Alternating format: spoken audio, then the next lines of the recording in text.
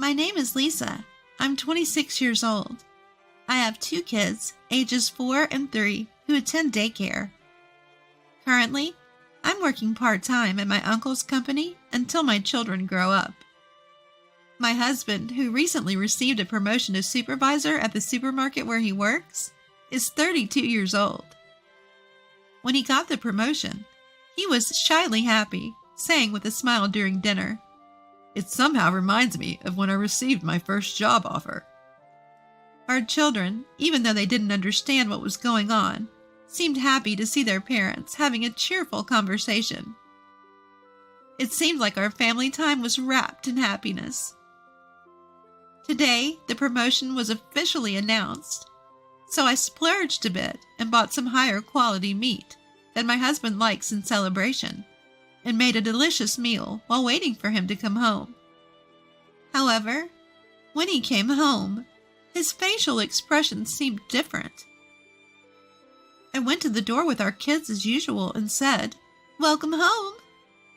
But he didn't respond with his usual, "I'm home," and a smile. Our kids and I were puzzled, but I thought he might be tired, so I told him dinner was ready without making a big deal about it. While I was setting the table, my husband, who usually changes clothes and cheerfully comes straight to the dining table asking, "What's for dinner tonight?" sat at the table with a serious expression. And then, looking at the food laid out on the table, he said, "Hey, you! Is this supposed to be my celebratory meal?" I couldn't believe my ears. That's because he's never called me "you" before. Our kids didn't know how to respond to this unfamiliar version of their father and fell silent. Feeling the mood worsen, my husband continued to say things like, "You don't realize how amazing I am. I worked hard to become a supervisor. Do you understand?" Seemingly upset that I didn't seem to respect him enough. I didn't want the celebration to turn sour, and more importantly, I didn't want our children to look anxious, so I tried to appease my husband. "I'm sorry. Thank you for always working so hard for us. We always appreciate it," I told him. He seemed a bit better after I said that, so throughout the meal, I tried to sprinkle words of appreciation and gratitude into our conversation. But he kept saying things like, "This meal isn't enough for my celebration." I was disappointed because I had splurged on expensive meat that we don't usually buy, and made dishes that my husband likes, thinking it would make him happy. But if he thinks the meal is modest, then I must not have met his expectations, I thought to myself, and tried to calm down. I figured his unusual behavior was due to being tired from his first day as a supervisor, and hoped he would be back to his normal self the next day. After the meal, I started cleaning up, relieved to see my husband talking to our children on the couch as usual. Usually, I can hear the 3 of them laughing, but it was very quiet, so I stopped what I was doing and listened to their conversation. I was stunned to hear what they were talking about. "If you want to be like Daddy, you have to study a lot. You'll have trouble in the future if you end up like Mommy, who doesn't study," he was saying.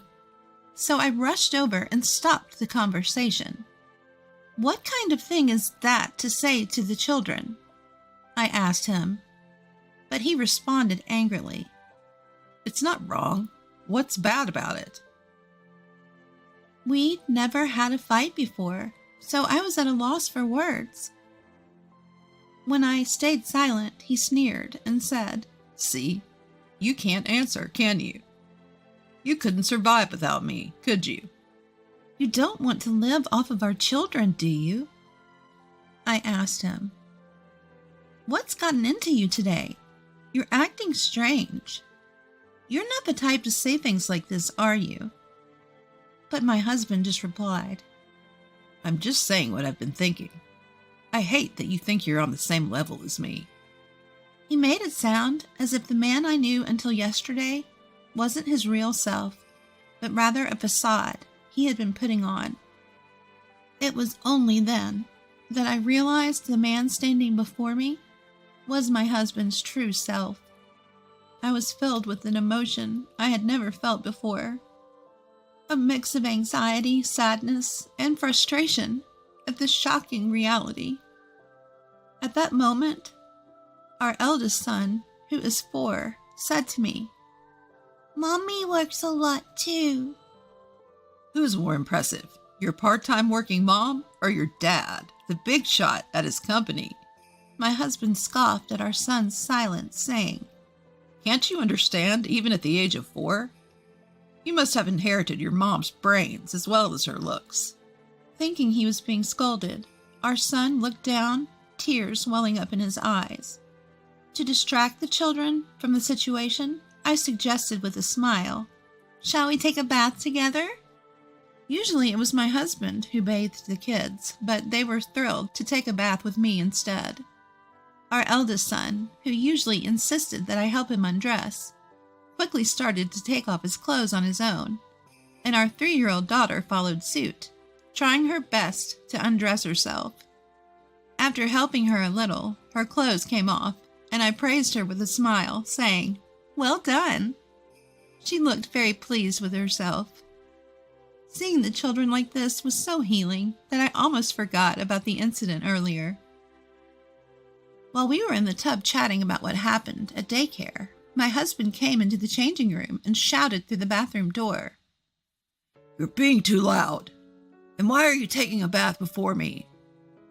The children clung to me in fear. As my husband grumbled his way back to the living room, our son said with a worried look, "Daddy is mean today." I hugged my daughter, who seemed on the verge of tears, and said, "Daddy is just tired and grumpy today. He'll be his usual self tomorrow." After we got out of the bath and prepared for bed, we went to the children's bedroom earlier than usual. We spoke in hushed voices as not to provoke my husband. The children seemed to find this fun. "It's like we're having a secret conversation," they said, talking more than usual in their little whispers. They even tried to suppress their laughter, perhaps fearing that my husband might get angry. But the more they tried not to laugh, the more they seemed to want to, and they spent the entire time chatting and laughing happily. Watching the children like this, I felt truly happy. Having laughed themselves tired, the children fell asleep earlier than usual. I then headed for the living room where my husband was. My husband was looking at his smartphone, his hand covering his mouth, his face slightly red, as if he was embarrassed. I felt a bit off, but more importantly, we needed to discuss my husband's behavior earlier today. "You've been acting really strange today," I told him. "Even the kids are getting worried." He replied, "What's so weird about me? If anything, you're the strange one. Aren't I supposed to be respected by our kids? Do you want them to turn out like you?" He didn't feel guilty at all, even going so far as to belittle me. I told him, "I've not led a life that deserves being looked down upon." But he just kept insisting. "Your way of thinking is wrong." And we couldn't have a proper conversation. Then he said, "We're doing things my way from now on. I'm going to change our family's wrong ways." When I asked him what he meant, he suggested that the family should always put him first, take a step back, and create an environment where he can relax. I told him, "That's too different from how we've been doing things. The kids will be confused. Please stop." But it seems like he heard about the family life of a department head he respects, and thought that my and the kids' attitudes towards him at home were wrong. It seems he got some words of encouragement from the department head when he got promoted, and had a little chat. In that conversation, the department head had said, "The reason I was able to become a department head a bit earlier than my peers is thanks to my wife."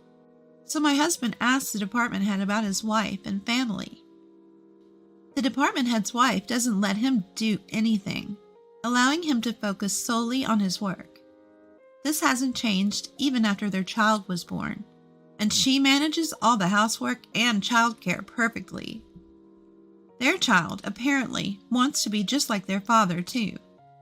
Hearing this, my husband seemed to think that the reason his promotion came later than his peers was my fault. He now believes that if he makes our family like the department head's family, he can catch up with his peers and get promoted earlier.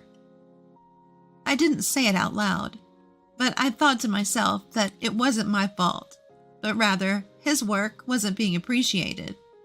I felt so drained all of a sudden. As I was heading to the bedroom to sleep, my husband stopped me. The moment I got promoted, I've been admired more than ever by the part-timers and temps. As soon as I became a supervisor, my phone never stops buzzing, he said, a hint of blush on his face. Then he said, "You should be more grateful you've got such a popular guy for a husband." Misunderstanding the fact that people were relying on him means he's popular. I had my doubts about what he said, but I was too exhausted, so I just said, sure, and went to the kids' room. I got into the kids' bed and decided to sleep there. The next morning, I was disappointed to find that yesterday wasn't a dream. When our son casually said, "Good morning," to my husband, he suddenly yelled, "It's good morning, sir," to your father.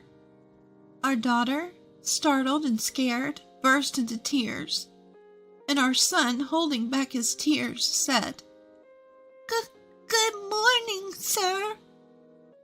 Seeing this, I yelled, "Don't shout at them for greeting you as they always have." But my husband yelled back at me, "Didn't you understand what I said yesterday? You should be grateful just to be with someone like me," he continued. In front of the children, our eldest son, who had been holding back his tears as he had never seen such a quarrel before, also started crying. I couldn't help but join them in crying due to a mix of anger and sadness. Seeing this, my husband exclaimed, "What a depressing start to the morning," and left for work without eating his breakfast. As I was comforting the crying children, our eldest son caressed my head and told me, "Don't cry, Mom." Wiping away my tears, I hugged the children tightly and assured them with a smile, "I won't cry anymore." Then I prepared for my work and got the kids ready for daycare before heading out. When I was with the children, I could act cheerfully, but when I was alone, I felt incredibly down. I can't help but think about how to restore our family to its previous state of happiness. The company I work for is a consulting firm run by my uncle. My uncle is my mother's brother. Since he and his wife never had children, they've always doted on me since I was young, like a second set of parents. On his recommendation, I obtained the necessary certification to work as an HR consultant, and now I work at his company. After I gave birth to my children, they have allowed me to work shorter hours. While my uncle runs the consulting firm, my aunt runs a real estate agency. Our apartment is rented from her real estate company. When I arrived at work, my uncle noticed my tear-streaked face and expressed his concern. I brushed it off with a smile, saying, "I just couldn't help but cry when I saw the kids off to daycare." But I think my uncle saw through me. He kindly told me, "Don't hesitate to talk to me if you need anything," while patting my head. Once again, I held back my tears and got on with my work. After finishing work at 3 p.m., I bid farewell to my colleagues who were still working and went to pick up my children from daycare. We then headed to the supermarket for groceries. The supermarket is also where my husband works. I am familiar with the staff, so I greet them as I shop. A part-time worker, who usually chats with me, congratulated me on my husband's promotion to supervisor. I responded, "Thank you. It's all thanks to all of you. Please continue to support my husband." Usually, this part-time worker would engage in some small talk, but today she approached me with a serious expression. Just as she was about to say something, my husband, who happened to be in the store, caught her attention, and she quickly returned to her duties. My husband told me, "Don't interfere with a part-timer's work. Finish your shopping and go home." I thought I might have indeed disturbed her work, so I simply replied, "All right," and started shopping, pulling along our child's hand. After finishing shopping and waiting in line for checkout, I saw my husband talking to a young female part-timer at a distance that seemed too close for just work-related conversation. I brushed it off and continued with the checkout when my daughter went over to my husband and the part-timer. My husband shooed her away with a dismissive hand gesture. She returned to me with a saddened expression. As I looked at my husband, he and the part-timer went into the back of the store through a door. My woman's intuition was at work, and I had a bad feeling. But more than that, my mind was filled with the question of how could I restore my family to its previous happy state. After doing the shopping, I got home, let the kids play, and pondered while preparing dinner. But no good ideas came to mind. I thought about consulting my uncle, but I decided to think more about it because it's about my own family. I told myself that there must be a way out. I had dinner ready by the usual time my husband gets home, but no matter how long I waited, he didn't come back. I thought I would just get scolded if I called him, so I waited for him to come home without calling. I ate dinner with the kids first, took a bath together, and finally, when the kids were asleep in their bedroom, my husband came home. His working hours are from 8 a.m. to 5 p.m., and the store closes at 8 p.m. I wondered if he had to work overtime. So I didn't ask anything and just reheated dinner. However, my husband said, "I don't need dinner today. I've already eaten." So I silently turned off the stove and cleaned up. When I glanced at my husband, he seemed to be exchanging messages with someone on his smartphone. He noticed my gaze and began to make excuses, even though I didn't ask, saying, "Listening to the employee's concerns is also a part of a supervisor's job." At that moment, I felt my woman's intuition was getting closer to the truth. Something's fishy, I thought. I felt like my husband was no longer the man I loved, and I was overcome with sadness. My heart ached sharply. My heart rate quickened, and I felt constricted. I can't restore my happy family by myself. As my suspicion that my husband may have a woman he likes approaches certainty, my goal of restoring a happy family seems to be drifting away.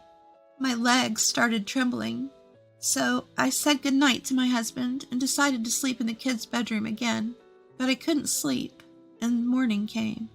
The kids remembered what happened yesterday morning and said, "Good morning," politely to their father. I saw my husband off to work after breakfast saying, "Have a good day." During the sleepless night, I was thinking about how to restore my family. To do that, I concluded that I must bring back my husband's feelings towards the family. So I decided to study cooking more and work harder on housework to win back his feelings. However, my husband started coming home late almost every day and stopped eating at home. I thought I should not provoke him now and did not discuss it with my husband. No, maybe I was scared to find out that my husband's feelings were no longer with me, and I might not want to hear harsh words from my husband. So I started to avoid conversation as much as possible. One day, when I was sleeping in the kids' bedroom as usual, I heard a conversation in the living room as if my husband was talking to someone. Even though I thought eavesdropping was bad, I quietly approached the living room door and listened to the conversation through the door. "It's okay, Mary. She won't find out. My wife is so oblivious." I realized that the woman my husband is thinking about now is Mary. "I really love you, Mary," he said. I was listening very calmly, as if I had given up on winning back my husband's feelings. I could give up my family for your sake, Mary. When these words came out of my husband's mouth, my mind went blank. I flung open the door and confronted my husband. What do you mean by giving up your family? Are you saying you'll abandon not only me, but also our children? I yelled at him. My husband quickly hung up the phone, his face slightly flustered. But the next moment, he had a defiant attitude. You'd have a hard time with 2 kids if we divorced, so just silently accept that I'm seeing her, he said. What are you talking about? There's no way I can accept that. It's not a parent's place to talk about abandoning their children. I couldn't hold back any longer, even though I was worried about waking up the kids. I couldn't stay calm, and I raised my voice to my husband. My husband, who had never seen me argue back so much, was taken aback, but he took a deep breath and shouted back at me. Who do you think you are, working part-time? If you're so bitter, stop leeching off me. Don't you dare defy me. The next moment, our eldest son went up to my husband and cried out, I hate you! Get out! My husband said to our eldest son, You guys are the ones who should leave. I stood in front of our son and said, Don't be so harsh on the kids. I thought our son would cry even more, but he was glaring at my husband with an angry face. My husband took out an envelope, likely from the government office, from his bag, and handed it to me with a smirk. Inside the envelope was a divorce paper. You guys get out. I'll give you 2 days. Be out by then. Saying that, my husband packed his things and left in the car. I hugged our eldest son and said, Thank you for standing up for Mom. To which he replied, I hate anyone who bullies Mom, and began to cry. When I went into the bedroom where our son and daughter were, our daughter jumped out of the bed, hugged me, and started trembling as she cried.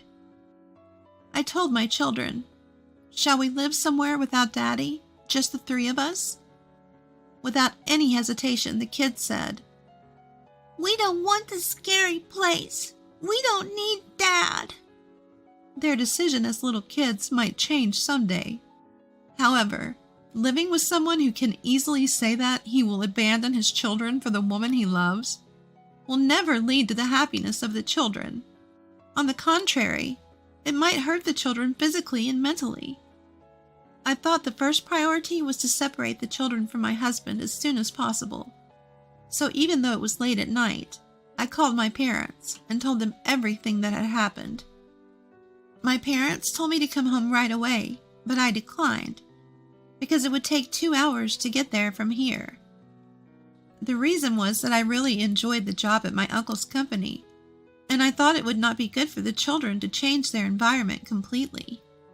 Moreover, they have a lot of friends at the daycare center, and they look forward to going there every day, so I couldn't choose to go back to my parents' house right away. I consulted with my uncle and told him that I was planning to rent an apartment from my aunt's real estate company.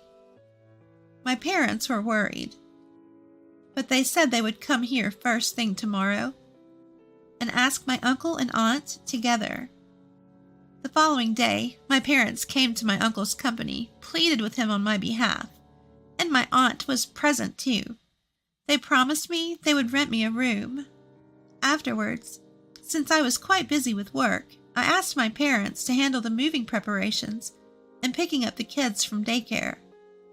I had things to do, so I informed my parents I'd be back late and went to work. When my shift ended, I went to the supermarket where my husband works and informed him that I agreed to the divorce. And once that was done, I would go to the county clerk's office to submit the divorce papers. A part-time worker who seemed to want to say something to me then stopped me. She took me to the restroom and conveyed what she had wanted to tell me the other day. I couldn't say this before, but your husband seems to be chasing after a part-time girl. I asked the part-time worker if the girl's name was Mary. She looked surprised and asked, How did you know? I told her that my husband had told me they were dating. She then said she would call this Mary girl and left the restroom. I waited for Mary with mixed feelings. Soon, Mary, a girl with a cute face, came alone. She told me that my husband had threatened her by saying, I won't cut your part-time contract if you get along with me. He also told her to exchange contact information, and she reluctantly did so, after which she started receiving messages from him at all hours.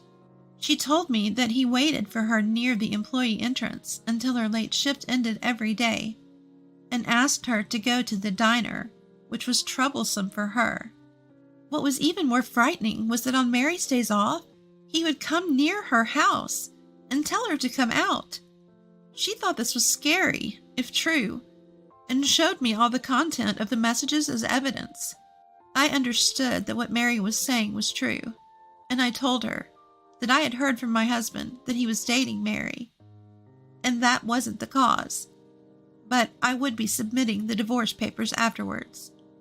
Mary said she wished she had told me about this sooner, but I told her not to worry about it, as this divorce was inevitable. For some reason, we hit it off and exchanged contact information, and then left the restroom. I looked around the store for my husband. However, I couldn't find him, so I went around to the employee entrance and decided to have him called from the office. My husband approached me with a grin and said to me, So you've come to your senses. You can't support 2 kids on a part-timer's salary. With no sympathy left for my husband, I coldly retorted, I can't do it anymore. Let's get a divorce. He looked surprised and asked, Are you sure? How are you going to raise the kids on your own? I replied, You do know I work as a social worker, right? I work part-time with reduced hours, but my income is higher than yours, so don't worry. He seemed surprised. Then I said, I'm going to submit the divorce papers. Goodbye, and headed to the county clerk's office. After submitting the divorce papers, I felt a strange sense of relief, and I couldn't wait to see my children. As I was walking home, I heard a voice from behind me saying, Oh, Lisa! I turned around to see the department head's wife waving and approaching me. You seem cheerful. Something good happened? She asked. Well, it's a bit of a long story, I started, and she kindly suggested we go to a cafe to talk. I was hoping to see my children, but I also thought it best to inform her of my divorce, so we went to the cafe together. I told my parents, I'll be late. I have some things to discuss with the department head's wife before settling down at the cafe. I also informed her about my divorce and the reasons behind it. She seemed surprised to hear this. Oh, it sounds like you've only heard a beautified version of the story, she said. According to her, the department head is quite helpless outside of work. He's clumsy to the point that even when he tries to help with housework, it ends up creating more work for her. For instance, he would break dishes while washing them because his hands would slip with the soap. He would hang the laundry without straightening the wrinkles, and he almost caused a fire by overheating the pan while cooking.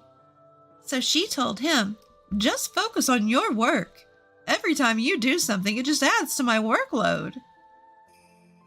The reality was that the department head wanted to help with the chores, but she had forbidden him from doing so. When I asked if their child admired the department head because he became a manager at a young age and was therefore respected, she said, that must be it. He doesn't have to do anything at home. My husband is a complete goof outside of work. That's what makes him adorable. She smiled happily as she said this.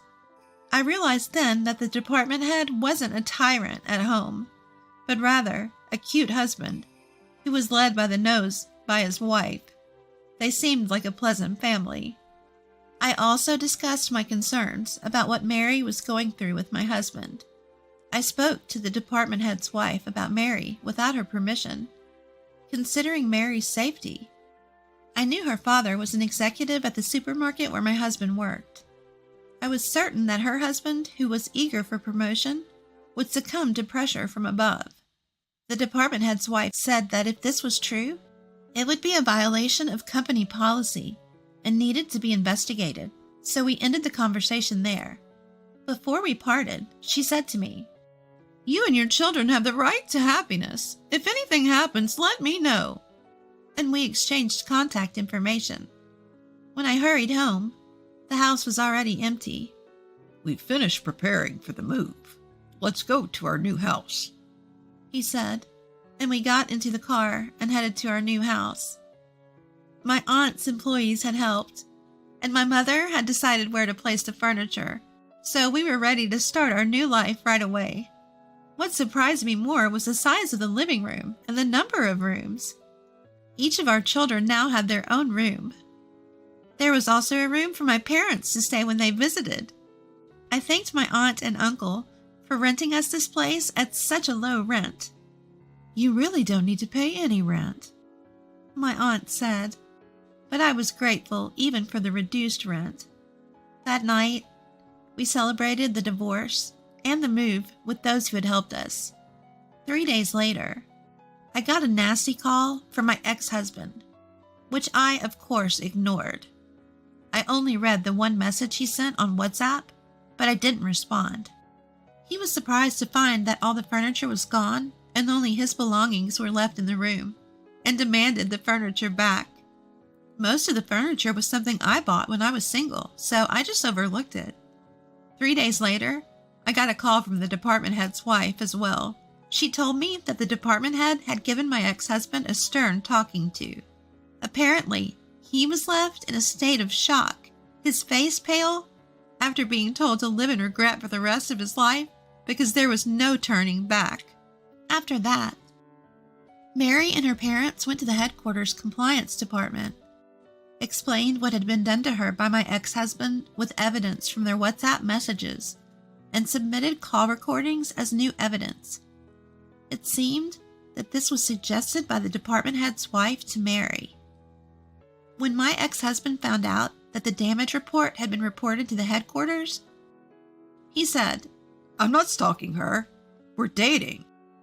However, he was told by the folks at the headquarters that "Having a romantic relationship with a part-time employee while you have a wife is also a violation of compliance." he was shocked into silence.